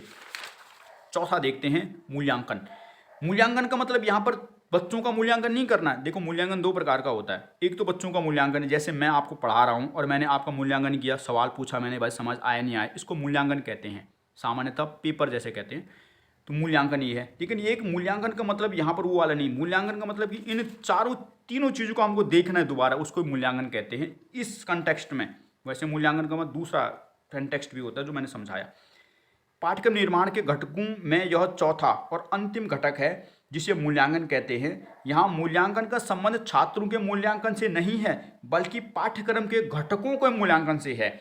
अर्थात इस चरण में ऊपर के तीनों घटकों का मूल्यांकन किया जाता है, और यदि किसी घटक में कुछ जोड़ना या घटाना हो तो यह उसी चरण में किया जाता है। अर्थात परिवर्तन और संशोधन किया जाता है, और इसके साथ ही एक संपूर्ण पाठ्यचर्या का निर्माण होता है। आ रहा हूँ, ठीक है। तो ये क्या है, जो ऊपर के 3 थे ना, उनको एक बार रिव्यू करना है यहाँ पर कि भाई जो मेरे उद्देश्य थे वो सही हैं, कुछ नया तो नहीं जोड़ना, जो मैंने जोड़ दिया उसमें कुछ संशोधन तो नहीं करना। दूसरा जो कंटेंट है, कंटेंट में क्या रह गया था उसमें कुछ नया जोड़ूं। मान लिया कंटेंट में हमने पहले सोचा कि चलो ब्लैक बोर्ड से पढ़ाते हैं, बाद में लास्ट में देखा कि अरे आजकल ज़माना तो मॉडर्न ज़माना है, तो ब्लैक बोर्ड से नहीं पढ़ाएंगे, जो नए तरीका आजकल बोर्ड आते हैं उससे पढ़ा रहे हैं। यही था। बाद में शिक्षण विधियों में हमने तीसरा देखा कि पहले निर्धारित किया कि चलो शिक्षण विधि में ये विधि होगी, बाद में देखा कि नहीं यार ये दूसरी विधि को यूज़ करते तो उसको विधि को हटा दो। तो इस तीसरे चरण में ऊपर के तीनों चरणों का आपको मूल्यांकन करना है कि भाई कैसा कैसा क्या है। तो ये है मूल्यांकन। तो ये हमने देखे घटक, पाठ्यचर्या के घटक देखे। जो भी सवाल आए, पाठ्यचर्या के घटक, पाठ्यचर्या विकास के घटक, पाठ्यचर्या निर्माण विकास के घटक, बस ध्यान से देखना सवाल को। जब पेपर में सवाल है तो एक बार ध्यान से पढ़ना कि पूछ क्या रहा है ये, फिर वैसे सवाल को लिख देना। 4 घटक होते, घटक का मैंने मतलब समझाया कि जिनसे कोई चीज़ मिलकर बनी हुई है। तो भाई जो पूरा पाठ्यक्रम है इसी से मिलकर बना हुआ है। सबसे पहले उद्देश्य ही होते हैं। अगर आप एक कॉमन सी बात करो जो स्कूल आदि में कराते हैं, तो सबसे उद्देश्य होते हैं ना भाई, क्या क्या कैसा है। फिर विषय वस्तु होती है, क्या पढ़ाना है, कैसे पढ़ाना, फलाना ढिमकाना। फिर तीसरा शिक्षण विधियाँ, फलाना ढिमकाना, और लास्ट में इसका मूल्यांकन। तो यही सब कुछ तो मिलकर बना हुआ है वो पूरा जो पाठ्यक्रम है। ये विषय वस्तु में सब कुछ आ जाता है, शिक्षण सामग्री में वो भी सब कुछ। ये विषय वस्तु के भीतर वो भी आ जाता है कि बच्चों को क्या क्रिया करानी है, कैसे खेलकूद कराना है, कंप्यूटर लैब में क्या कराना है, सब कुछ शामिल है इसके भीतर। और इसमें सारी टीचिंग मेथड आ जाते हैं कि टीचर कैसे पढ़ाएगा, क्या पढ़ाएगा, और फिर अंत में मूल्यांकन कर दो। तो हो गया, इन चारों से मिलकर बना हुआ है। मुझे उम्मीद है आपको समझ आया होगा। काफ़ी धीरे धीरे समझा रहा हूँ मैं। अगर मैं वैसे नॉर्मली पढ़ाता तो इस टाइम पर तो मैं सारा कुछ खत्म कर देता अभी तक। बहरहाल तो ये आपको समझ आया। इसके बाद एक और सवाल होगा, लेकिन कैसा होगा, पाठ्यचर्या को प्रभावित करने वाले घटक, और यहाँ पर क्या है, निर्माण के घटक। तो दोनों में अंतर समझना है, आँख कान खुले रखने अपने। ये भी हो गया हमारा। अगला देखते हैं, अगला सवाल देखेंगे अब। पाठ्यक्रम को परिभाषित कीजिए। पाठ्यक्रम की प्रकृति या प्रकृति हो गई विशेषता, दोनों का मतलब एक ही है। पाठ्यक्रम को परिभाषित कीजिए, पाठ्यक्रम की प्रकृति का वर्णन करें तथा पाठ्यक्रम के घटकों का सविस्तार वर्णन आपको करना है। तो 3 चीज़ें सवाल में पूछ रहा है। सबसे पहले तो आपको बता देना भाई पाठ्यक्रम है क्या। तो वही क्यूरी रबड़ से निकला है, जिसका मतलब दौड़ का मैदान होता है, ये मैंने पढ़ा दिया। पाठ्यक्रम की प्रकृति, तो प्रकृति अभी हम देखेंगे। और घटक, तो घटक तो मैंने अभी 4 पढ़ाए। तो एक सवाल में इसने 3 चीज़ें पूछी हैं, तीनों के तीनों आपको लिखनी है। इसी तरह सवाल को देखना आपको एग्जाम में कि सवाल में क्या पूछ रहा है। तो उत्तर में देखते, पाठ्यचर्या की क्रम की परिभाषा तो मैं आपको पढ़ा चुका हूँ कि दौड़ का मैदान है, जिसमें दौड़कर शिक्षा के उद्देश्य की प्राप्ति की जाती है। वो सारा लिख देना, जब भी आए पूरा एक पेज भर देना है। दूसरा घटक, तो घटक भी मैंने आपको पढ़ा दिया, अभी 4 घटक पढ़ाए। उद्देश्य है, कंटेंट है, शिक्षण विधियाँ है, तो एक उद्देश्य भी हो गए। अब पाठ्यचर्या की प्रकृति या विशेषता वो देखनी है।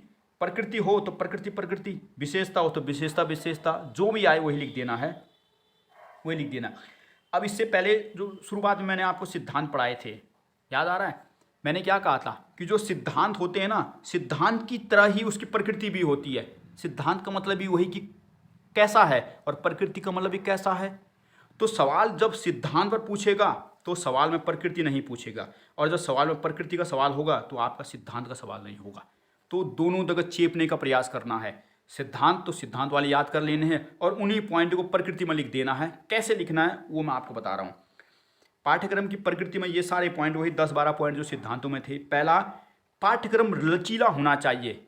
वहां पर मैंने क्या लिखा था,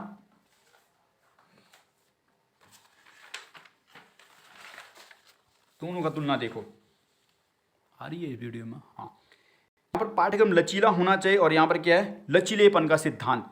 जब सिद्धांत हो तो पीछे सिद्धांत सिद्धांत सिद्धांत लिखना है, और यहाँ पर ये है तो उसी प्रकार के पॉइंट चेप देने हैं। बस एग्जामिनर को ये लगना चाहिए कि हाँ बच्चा पढ़ रहा है, चीज़ों को एक दूसरे मतलब मिक्स नहीं कर रहा। सिद्धांत पूछ रहा है, सिद्धांत ही लिख रहा है, तो वही लिख देना है, ठीक है।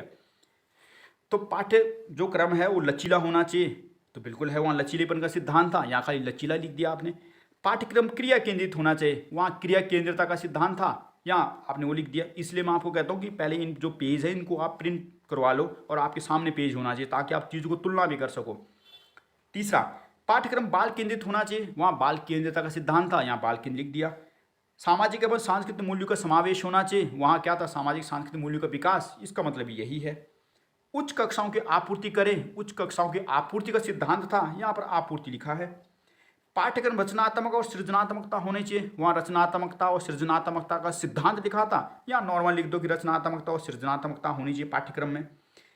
परिवर्तनशीलता होनी चाहिए, जीविकोपार्जन होना चाहिए। जीविकोपार्जन मतलब कि पाठ्यक्रम को पढ़ने के बाद जो बच्चा भविष्य में जाए तो उसको नौकरी चाकरी मिले, जीविकोपार्जन लाइवलीहुड कहते हैं।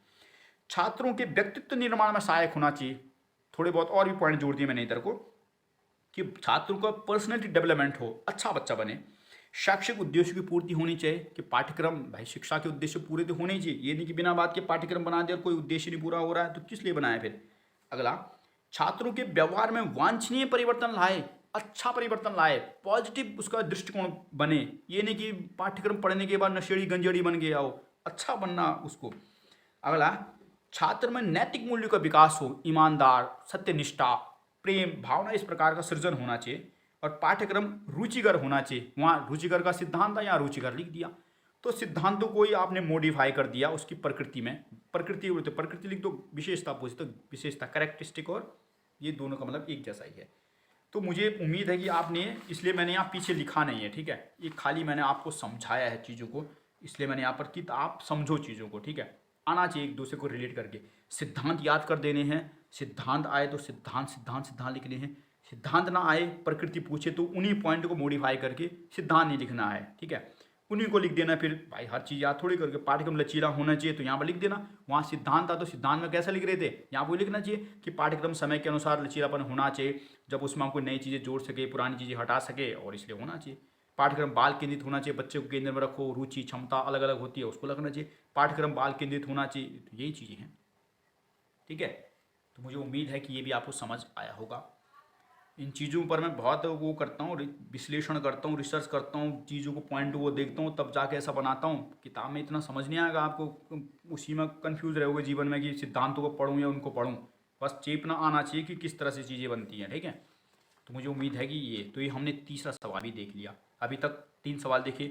सबसे पहले देखा पाठ्यक्रम क्या है वो समझ लिया, उसके सिद्धांत देखे उसमें। दूसरे सवाल में हमने घटक देखे किन किन से मिलकर बनता है।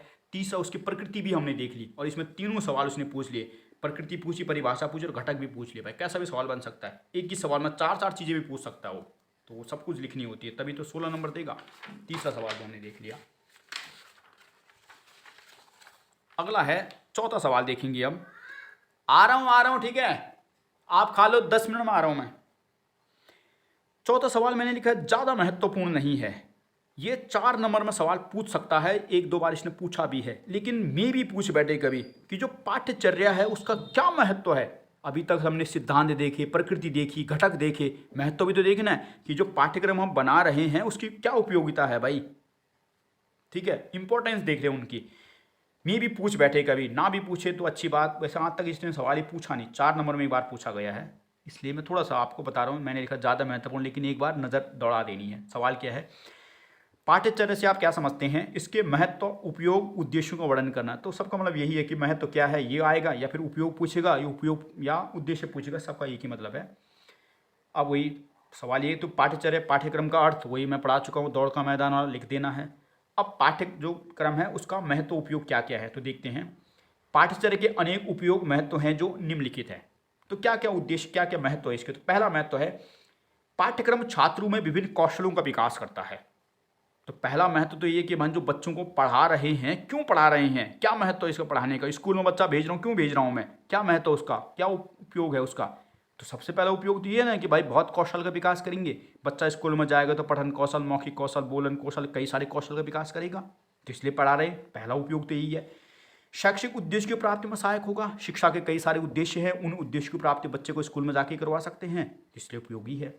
तीसरा, शिक्षण सामग्री के निर्धारण में सहायक है। जो पाठ्यक्रम है उस पाठ्यक्रम में सब कुछ शामिल हो जाता है, तो उस पाठ्यक्रम में ही हम शिक्षण सामग्री का प्रयोग भी करते हैं, निर्धारण करते हैं भाई किससे पढ़ाना है बच्चों को, क्या सामग्री होगी। अगला, शिक्षण विधियों के निर्धारण के लिए उपयोगी है कि एक शिक्षक कक्षा में किस प्रकार पढ़ाएगा, किन विधियों से पढ़ाएगा, इसका निर्धारण भी पाठ्यचर्या बनाते समय किया जाता है, तो इसलिए भी पाठ्यचर्या उपयोगी है। अगला, छात्रों के चारित्रिक निर्माण में सहायक है। अच्छा करेक्टराइज बनाना है बच्चे को, अच्छा बच्चा बने, इसलिए भी सहायक है। छात्रों के व्यक्तित्व विकास में उपयोगी है, उसका व्यक्तित्व का विकास हो उसका, तो इसलिए सहायक है। अगला, तात्कालिक घटनाओं के ज्ञान में सहायक है। उसको जो आज की घटना, सामाजिक घटनाएं जो भी घट रही है उसका ज्ञान मिले उसको। छात्रों के मूल्यांकन में सहायक है, इवैल्यूएशन भी करते हैं हम। सभ्यता संस्कृति के संरक्षण और विकास में सहायक है, और छात्रों के व्यवहार में वांछनीय परिवर्तन के लिए भी उपयोगी है। तो ये 8-9 पॉइंट है। महत्व पूछ रहा है कि भाई क्या महत्व है।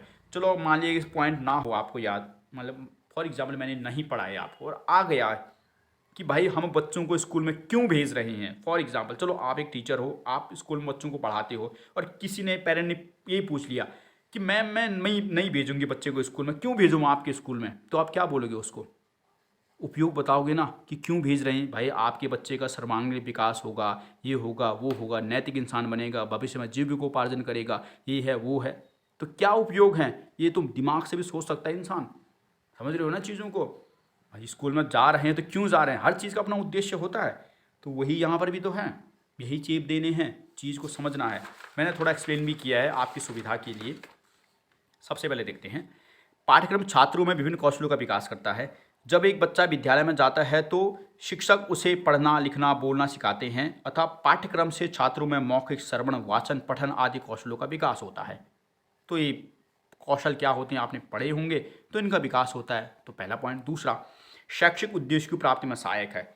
इस संसार में प्रत्येक कार्य के उद्देश्य होते हैं, बिना उद्देश्यों का कोई कार्य नहीं होता, हर चीज़ का उद्देश्य होता है। इसलिए शिक्षा के उद्देश्यों की प्राप्ति के लिए भी पाठ्यचर्या उपयोगी है, इसका महत्व होता है। तो जो भी शिक्षा के उद्देश्य है, बच्चे को बेहतर बनाना है, बच्चे के वांछनीय परिवर्तन लाना है, इन उद्देश्यों की प्राप्ति के लिए भी पाठ्यक्रम का जो निर्माण है वो उपयोगी है, या पाठ्यक्रम उपयोगी होता है। अगला, शिक्षण सामग्री के निर्धारण में सहायक है। कक्ष में पढ़ाने के लिए अनेक सामग्री की और सहायक सामग्री की आवश्यकता होती है। पाठ्यक्रम उसके निर्धारण में सहायक होता है कि पाठ्यक्रम के तहत ही हम निर्धारण करते हैं कि भाई मैं एक टीचर क्या क्या पढ़ाएगा स्कूल में, क्या जरूरत है उसको पढ़ाने के लिए। अगला है, शिक्षण विधियों के निर्धारण में सहायक है। एक शिक्षक कक्ष में छात्रों को पढ़ाते समय अनेक विधियों, तकनीकियों, सिद्धांतों का प्रयोग करता है। इसके निर्धारण के लिए पाठ्यक्रम आवश्यक होता है कि भाई मुझे क्या पढ़ाना है, मतलब कैसे पढ़ाना है, विधियों की बात कर रहा है यहाँ पर, ठीक है। कैसे कैसे बच्चों को पढ़ाऊंगा, जो बच्चों को है तो भाई उसको क्या दिखाना है, क्या सुनाना है, पृथ्वी का उस गोला है उसको ले जाना, भूगोल पढ़ाऊँ मैं, इतिहास ले जाना तो हड़प्पा सभ्यता की उस फोटो ले जाऊँ, ताकि वो बच्चा आसानी समझे। तो ये उपयोगी है। अगला देखते हैं, छात्रों के चारित्रिक निर्माण में सहायक है। शिक्षा का उद्देश्य न केवल बच्चों का बौद्धिक विकास करना है, बल्कि उसे ईमानदार, मेहनती, सच्चाई, निष्ठा, सत्यता आदि नैतिक गुणों से परिपूर्ण करना भी है। इसलिए पाठ्यक्रम आवश्यक है। तो बिल्कुल बात सही है कि भाई पाठ्यक्रम तो बच्चे को क्यों पढ़ा रहे हैं, तो केवल उसको बौद्धिक ज्ञान ही देना है, बस बुद्धि का विकास करना और बाकी सब डल रहे नहीं। ईमानदारी, ये सच्चाई, ईमानदारी, मेहनत, इस प्रकार की निष्ठा भी तो होनी चाहिए। नैतिक मूल्य का विकास भी हो, यानी चारित्रिक मूल्य बनने का विकास हो। अगला देखते हैं, छात्रों के व्यक्तित्व विकास में सहायक है।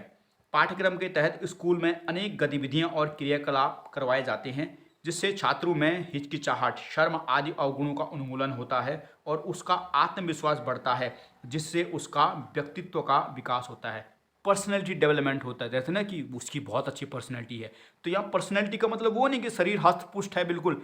पर्सनैलिटी का मतलब उन चीज़ों से भी होता है, जब कोई व्यक्ति आपके सामने आए, उसका बात करने का तरीका कैसा है, किस तरह बोल रहा है, हिचकिचा तो नहीं रहा, शर्म तो नहीं आ रही है। तो जब ये आएगी तो कहेंगे उसकी पर्सनैलिटी खत्म है, ठीक है। मतलब सामान्य तो हिंदू हम लोग पर्सनैलिटी का मतलब वही समझते हैं कि भाई हॉटपुट दिख रहा है, नहीं, बहुत कुछ चीज़ें शामिल होती है। तो ये तभी उसका व्यक्तित्व का विकास बेहतर होगा जब स्कूल जाएगा, वहाँ पर वो बच्चों से बात विवाद करेगा, सवाल पूछेगा, तो भाई हिचकिचाहट खत्म होगी, लड़की लड़के साथ में बैठे तो शर्म खत्म होगी। आजकल तो यही है कि जो लड़का है जवान हो गया, एक लड़की ने बात कर दी तो पसीना छूट जाता है, तो उसके भीतर शर्म इतनी भरी है, तो कहाँ व्यक्तित्व का विकास हुआ, उसका नहीं हो पाया। तो पाठ्यक्रम व्यक्तित्व का विकास में सहायक है। अगला, तात्कालिक घटनाओं के ज्ञान में सहायक है।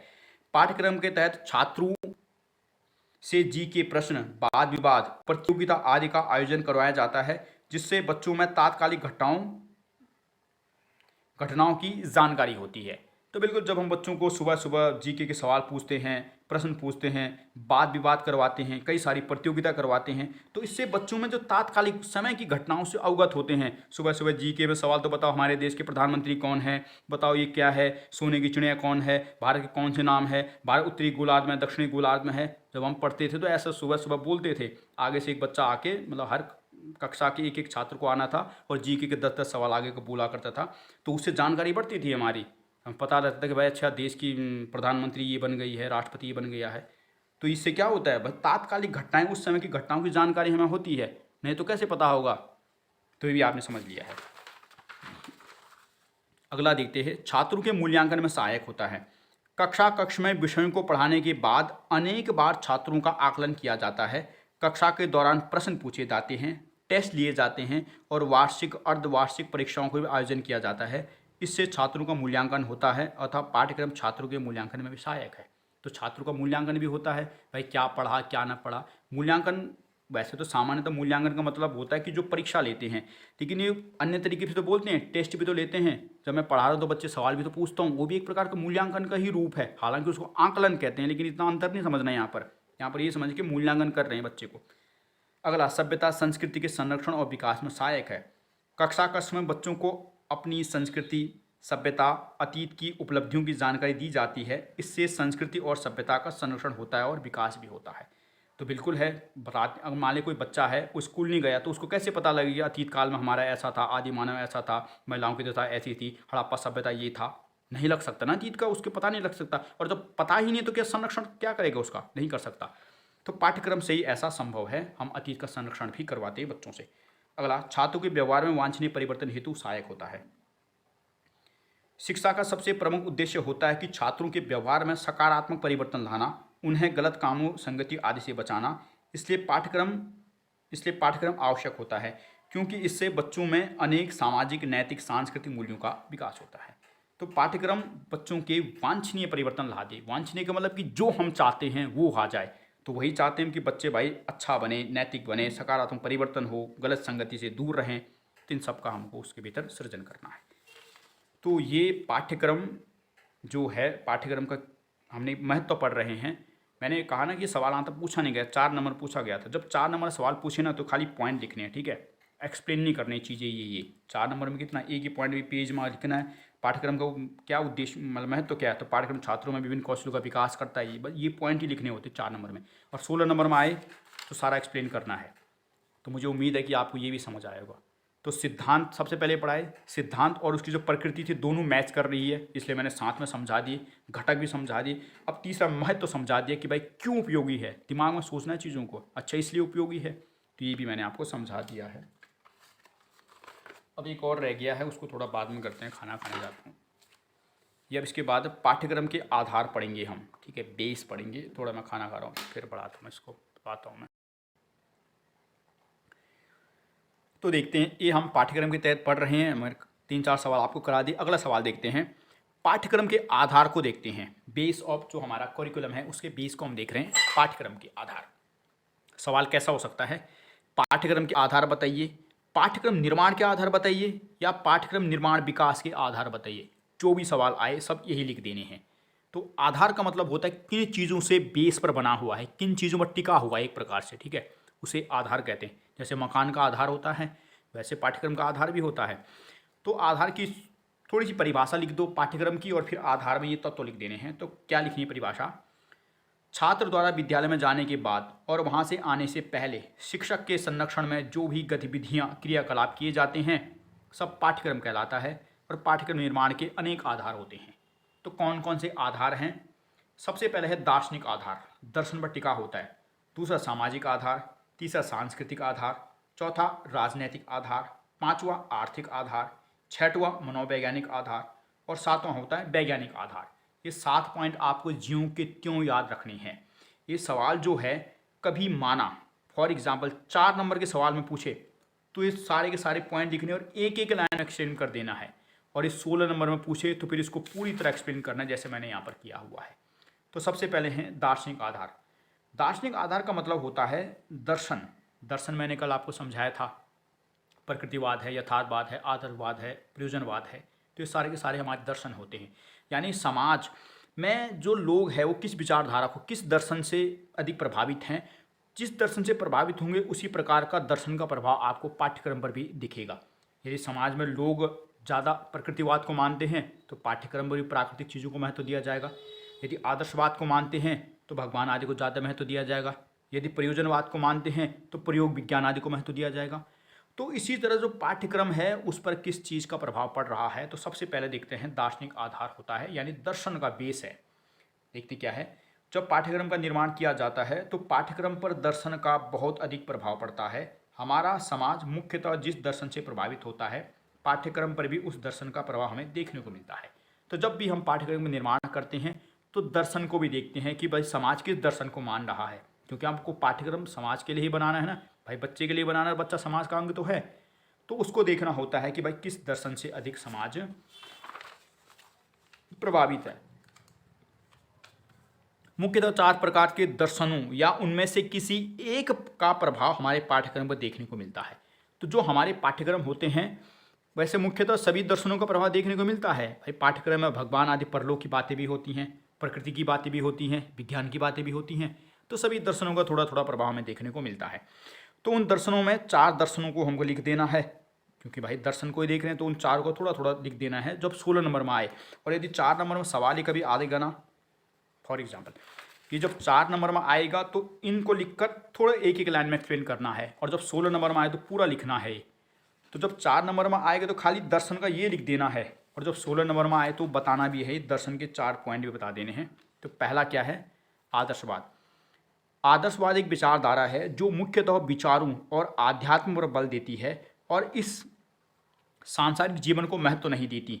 इसका मानना है कि मनुष्य को ईश्वर, मोक्ष, परलोक की चिंता करनी चाहिए। यदि समाज में आदर्शवाद को मानने वाले लोग होंगे तो पाठ्यक्रम में भी आत्म, परमात्मा, मोक्ष, परलोक संबंधित टॉपिकों को महत्व दिया जाएगा।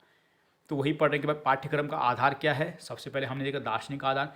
दार्शनिक आधार में इन 4 बिंदु को पढ़ना है। यदि समाज ज़्यादा आदर्शवादी है तो मोक्ष, परलोक आदि पर ज़्यादा भरोसा कर रहा है तो पाठ्यक्रम पर भी वही प्रभाव देखने को आपको मिलेगा। दूसरा प्रकृतिवाद। यदि समाज प्रकृति को ज़्यादा महत्व देता है, परलोक, मोक्ष की चिंता में नहीं लगा है, तो आपके पाठ्यक्रम पर भी प्राकृतिक चीज़ों को ज़्यादा महत्व दिया जाएगा। तो वही बात मैंने यहाँ पर लिखी है। प्रकृतिवाद विचारधारा प्रकृति को महत्व देती है। प्रकृतिवाद परलोक, मोक्ष आदि बातों में विश्वास नहीं करते, वे केवल इस संसार और प्रकृति को ही सत्य मानते हैं। तो यदि समाज प्रकृतिवादी होगा तो पाठ्यक्रम में भी परलोक की बजाय प्रकृति और उसके बाह्य रूपों को ही महत्व दिया जाएगा। तो वही बात मैंने लिख दी है कि भाई समाज यदि प्रकृतिवादी है तो पाठ्यक्रम पर भी उसका प्रभाव को देखने को मिलेगा। तीसरा प्रयोजनवाद।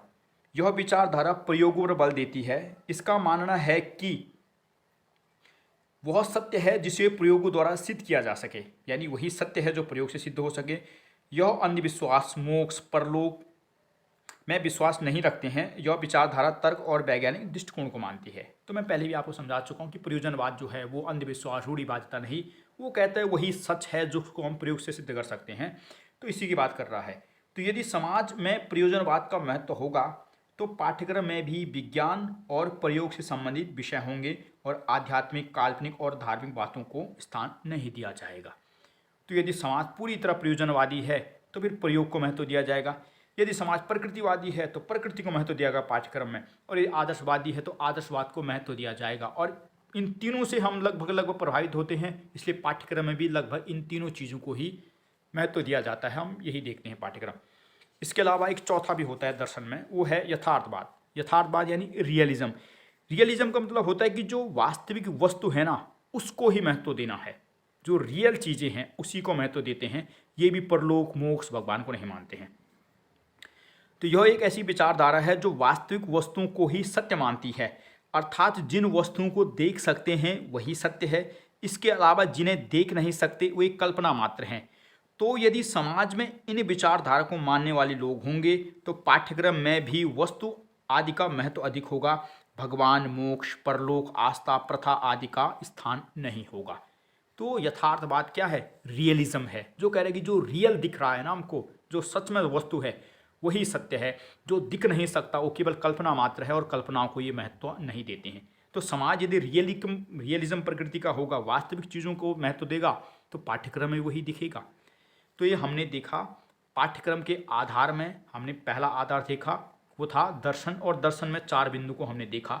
जो 16 नंबर में आएगा तो एक्सप्लेन करना है, 4 नंबर का सवाल होगा तो केवल दर्शन और आगे लिख देना है कि दर्शन का प्रभाव पड़ता है, बस।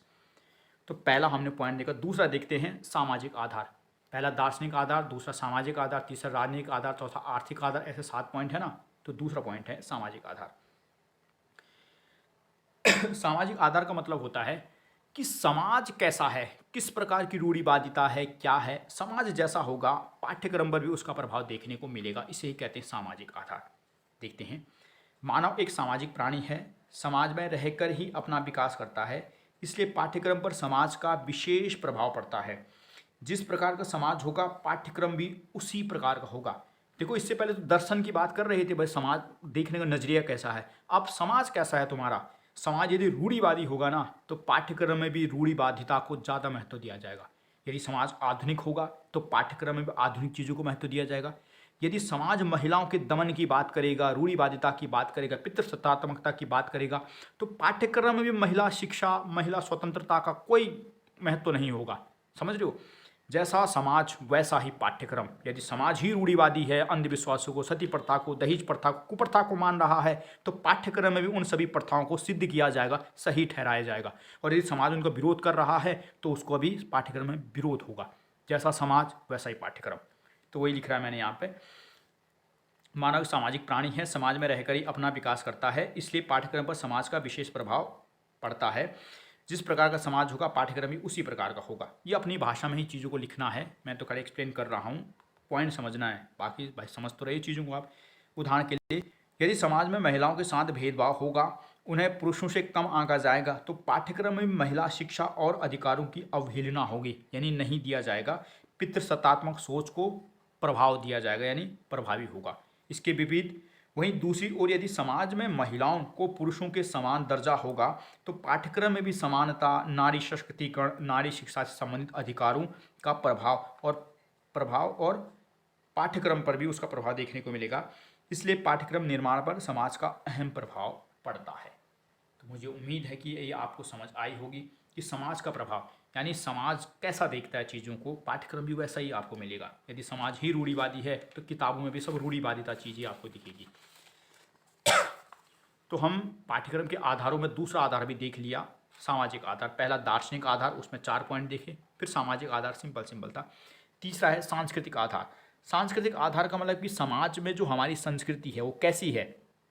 यदि हमारी संस्कृति एकल प्रकार की है, एक बोली, एक भाषा, एक पहनावा, एक खान पान है, तो पाठ्यक्रम पर भी आपको वैसे दिखेगा जैसे जो पाश्चात्य देश होते हैं, जैसे इंग्लैंड है, ब्रिटेन है, फ्रेंच है, उन जगहों पर एक ही चीज़ है, एक ही भाषा बोली जा रही है। फ्रांस में तो फ्रेंच का महत्व दिया जाएगा, इंग्लैंड में अंग्रेजी तो अंग्रेजी को महत्व दिया जाएगा, वहाँ एक ही जैसा पहनावा तो उसी पहनावा को महत्व दिया जाएगा, खान पान भी उनका एक जैसा तो उसको महत्व दिया जाएगा।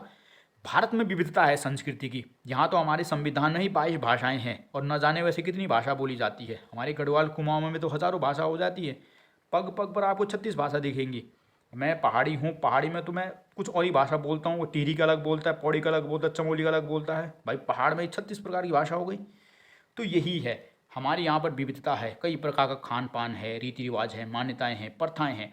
तो समाज यदि इतनी विविधता है ना, तो उन सब का प्रभाव भी पाठ्यक्रम पर दिखेगा। जिस प्रकार की संस्कृति होगी हमारी ना, संस्कृति का प्रभाव भी देखने को मिलता है। समाज जैसा था वैसा प्रभाव, संस्कृति कैसी है उसका प्रभाव भी दिखेगा। हमारे देश विविधताओं से भरा देश है। देश में अनेकों बोली, भाषा बोली जाती है, अनेकों धर्म, जाति, संप्रदाय पाए जाते हैं। लोगों का खान पान, पहनावा, मनोरंजन, संगीत, नृत्य, मान्यताएं, प्रथाएं आदि अनेक हैं। इन सभी को सामुदायिक रूप से संस्कृति कहते हैं। संस्कृति का मतलब समझते हैं ना, संस्कृति का मतलब होता है जीवन जीने का तरीका, और जीवन जीने के तरीके में सब कुछ शामिल है। खाना पीना, रहना, बोलना, मनोरंजन करना, संगीत, नृत्य, त्योहार, सब कुछ संस्कृति कहलाती है। तो ये संस्कृति है। क्योंकि हमारा देश पाश्चात्य देशों की तरह एकल संस्कृति वाला देश नहीं है। मैंने कहा ना, जो फ्रांस है, जर्मनी है, एकल संस्कृति को मानते हैं, इतनी विविधता नहीं है। तो पाश्चात्य देशों की तरह एकल संस्कृति वाला देश नहीं है। यहाँ सांस्कृतिक विविधता है।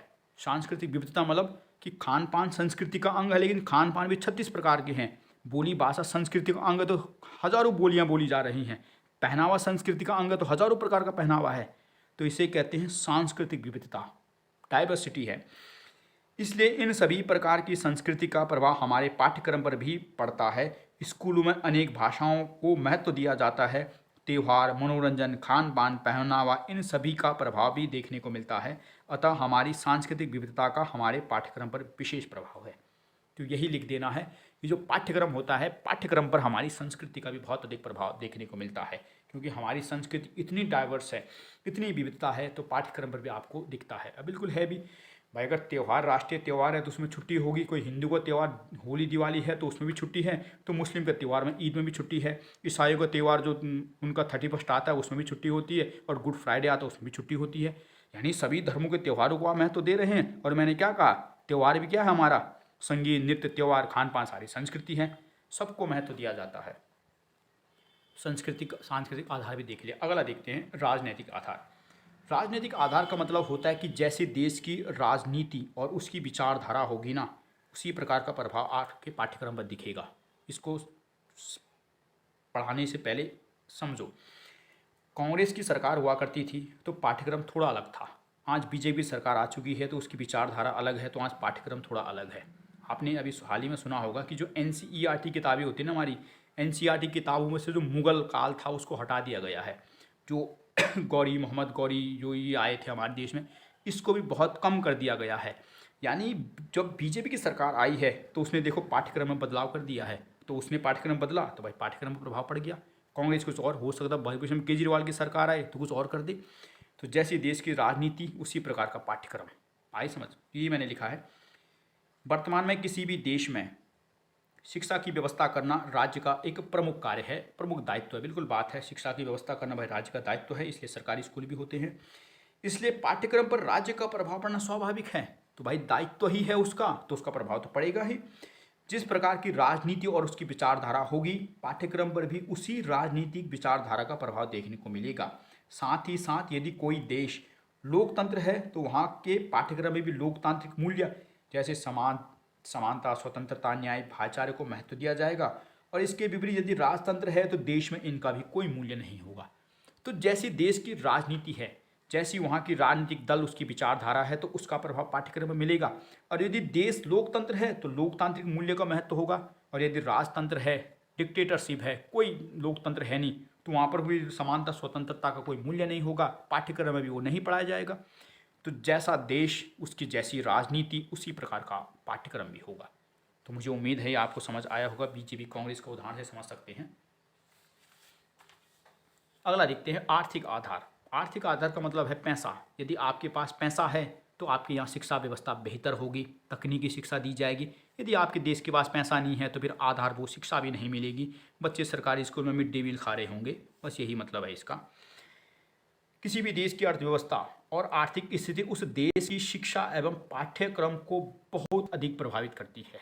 बिल्कुल, जैसा देश, यदि आपकी देश की अर्थव्यवस्था अच्छी है, बुरी है, जो भी है, उसका प्रभाव आपकी शिक्षा व्यवस्था और पाठ्यक्रम पर पड़ता है। जिन देशों की आर्थिक दशा बेहतर होती है वहाँ शिक्षा और पाठ्यक्रम व्यापक होता है, बहुत बड़ा पाठ्यक्रम होगा। अच्छी मतलब अगर अमीर देश है तो बच्चों को तकनीकी शिक्षा दी जाएगी। और जिन देशों की आर्थिक स्थिति कमज़ोर होगी वहाँ की शिक्षा व्यवस्था और पाठ्यक्रम संकुचित होगा, बहुत नैरो टाइप का होगा। वह देश अपने बच्चों के लिए अनिवार्य शिक्षा की व्यवस्था भी नहीं कर पाएगा। तो आर्थिक स्थिति कैसी है? यदि देश में आर्थिक स्थिति बेहतर है तो आपके वहाँ पर पाठ्यक्रम व्यापक होगा, तकनीकी शिक्षा बच्चों को दी जाएगी। यदि आप आर्थिक दशा कमज़ोर है, आप गरीब देश है, तो पाठ्यक्रम संकुचित होगा और वो देश अपने बच्चों को जो है ना अनिवार्य शिक्षा, जो नेसेसरी एजुकेशन है ना, वो भी नहीं दे पाएगा। और ये दशा बिल्कुल होती है। आर्थिक दशा का बहुत ही महत्वपूर्ण योगदान होता है किसी पाठ्यक्रम के निर्माण में, पाठ्यक्रम का आधार में। अमेरिका है और ये नेपाल है। आप किस देश में पढ़ना चाहोगे? अमेरिका में, नेपाल में? क्या करो अमेरिका में? क्यों? अमीर देश है ना, तो अमीर देश है तो वहाँ की आर्थिक दशा बेहतर है, तो वहाँ की शिक्षा व्यवस्था बेहतर है, तकनीकी शिक्षा दी जाएगी। नेपाल एक गरीब देश है, तो गरीब देश है तो अनिवार्य शिक्षा भी नहीं दे पाएगा, इसलिए सारे अमेरिका जा रहे हैं क्योंकि आर्थिक दशा है। भारत इन दोनों का मिला जुला रूप है। एक अमीर आदमी है उसके लिए हमारे देश में अमेरिका की तरह शिक्षा व्यवस्था है, प्राइवेट स्कूल है। और एक गरीब आदमी के लिए तो वही है, सरकारी स्कूल में जाओ, मिड डे मील खाओ। तो भारत दोनों तरफ मुड़ा है। यहाँ गरीबों के लिए नेपाल जैसी शिक्षा है और अमीरों के लिए अमेरिका जैसी शिक्षा है। गरीब आदमी सरकारी स्कूल में धक्के खा रहा है और अमीर का जो लड़का है वो बड़े कॉन्वेंट स्कूल में पढ़ रहा है, बड़े अमीर स्कूल में पढ़ रहा है। तो भारत का मध्य वाली दशा है। जो अमीर है वही है ना, अमीर तक का प्रभाव पड़ रहा है, पैसा है तो पढ़ाओ, गरीब हो तो फिर सरकारी स्कूल के धक्के तो खाने ही पड़ते हैं। सरकारी स्कूल का कई सारे टीचर आगे से गुटखा खा रहा है और पढ़ा रहा है, तो क्या बताए उस चीज़ को। तो आर्थिक आधार समझा आपने, पैसा जैसा होगा वैसा ही आपकी शिक्षा व्यवस्था होगी, प्रभाव पड़ेगा। अगला देखते हैं मनोवैज्ञानिक आधार। मनोवैज्ञानिक आधार का मतलब होता है कि समाज की जो बच्चे हैं कैसे, उनका नज़रिया जो टीचर होता है उनको देखता है, उनके मन की बात को आंकना है, उसे कहते हैं मनोवैज्ञानिक आधार। समाज में सभी प्रकार के बच्चे होते हैं, उनकी क्षमता, योग्यता, प्रवृत्ति, जिज्ञासा आदि अलग अलग होती है। मनोविज्ञान हमें बच्चों के मानसिक विकास के अध्ययन में मदद करता है। आज मनोविज्ञान की सहायता से बच्चों की क्षमता, योग्यता, आयु, बौद्धिकता आदि के आधार पर पाठ्यक्रम का निर्माण किया जाता है। इसलिए मनोविज्ञान का पाठ्यक्रम निर्माण में एक महत्वपूर्ण स्थान है। तो आज जो भी पाठ्यक्रम बनता है वो पाठ्यक्रम बच्चों की क्षमता, उनके चिंतन मनन की योग्यता, उनका मानसिक स्तर को देखकर बनाया जाता है। पहले बच्चों को देखती कि अच्छा ऐसा बच्चा है, ऐसे प्रकार के बच्चे हैं, इसको पढ़ पाएगा नहीं पढ़ पाएगा, तो उस हिसाब से पाठ्यक्रम बनाते हैं। तो मनोवैज्ञानिक आधार भी है जो पाठ्यक्रम के निर्माण में एक महत्वपूर्ण भूमिका निभाता है। आधार है, जब भी आए तो आधार आधार आधार ही लिखना है, मतलब वही है कि प्रभाव कैसा पड़ रहा है, लेकिन आधार कह रहा है तो आधार ही लिख देना, ठीक है। और अंत में देखते हैं वैज्ञानिक आधार। वर्तमान युग विज्ञान का युग है और विज्ञान ने अनेक प्रयोगों संसाधनों के चलते मानव का जीवन को सरल बना दिया है, बिल्कुल बना दिया है। इसलिए वर्तमान में बच्चों को पारंपरिक ज्ञान देने की बजाय वैज्ञानिक विषयों की जानकारी दी जा रही है। इस तरह विज्ञान ने भी पाठ्यक्रम को व्यापक रूप से प्रभावित किया है। तो आज के दिन में विज्ञान ने बहुत अधिक प्रभावित कर दिया है। नई नई खोजें, नई नई तकनीकी आ रही है और उनका ज्ञान बच्चों को देना अनिवार्य है। क्यों भाई, आप यदि हड़प्पा सभ्यता को ही पढ़ाते रहोगे और उसके बाद बच्चा स्कूल से बाहर निकले उसको कुछ पता ही नहीं है, तो फिर क्या करेगा वो? हड़प्पा सभ्यता कोई रोजगार थोड़ी देगी। हाँ, अतीत का संरक्षण हो तो रहा है, लेकिन केवल अतीत के संरक्षण से रोजगार थोड़ी मिल जाता है।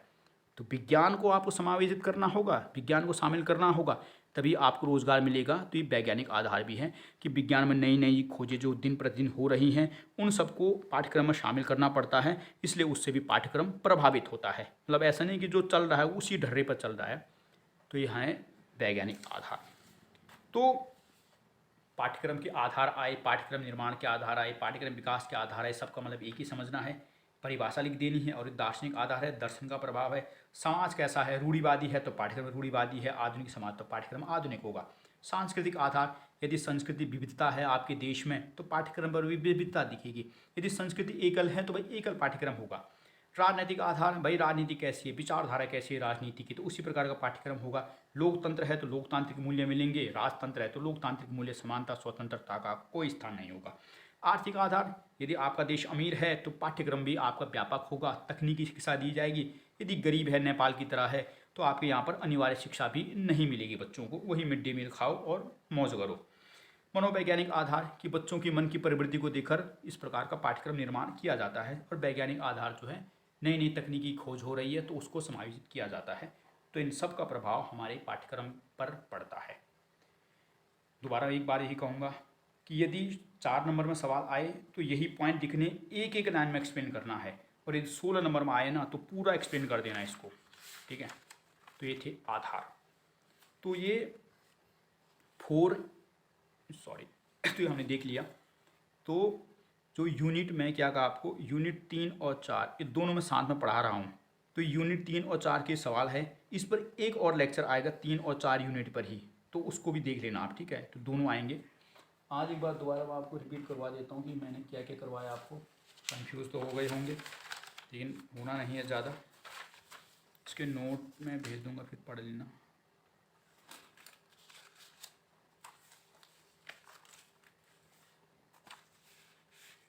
सबसे पहले हमने पाठ्यक्रम को पढ़ा कि भाई पाठ्यचर्या होती क्या है, और उसके सिद्धांतों को पढ़ा। बहुत सारे सिद्धांत के, लचीलेपन का सिद्धांत, क्रिया केंद्रता का सिद्धांत, ये केंद्र का सिद्धांत, इसको समझ लिया था।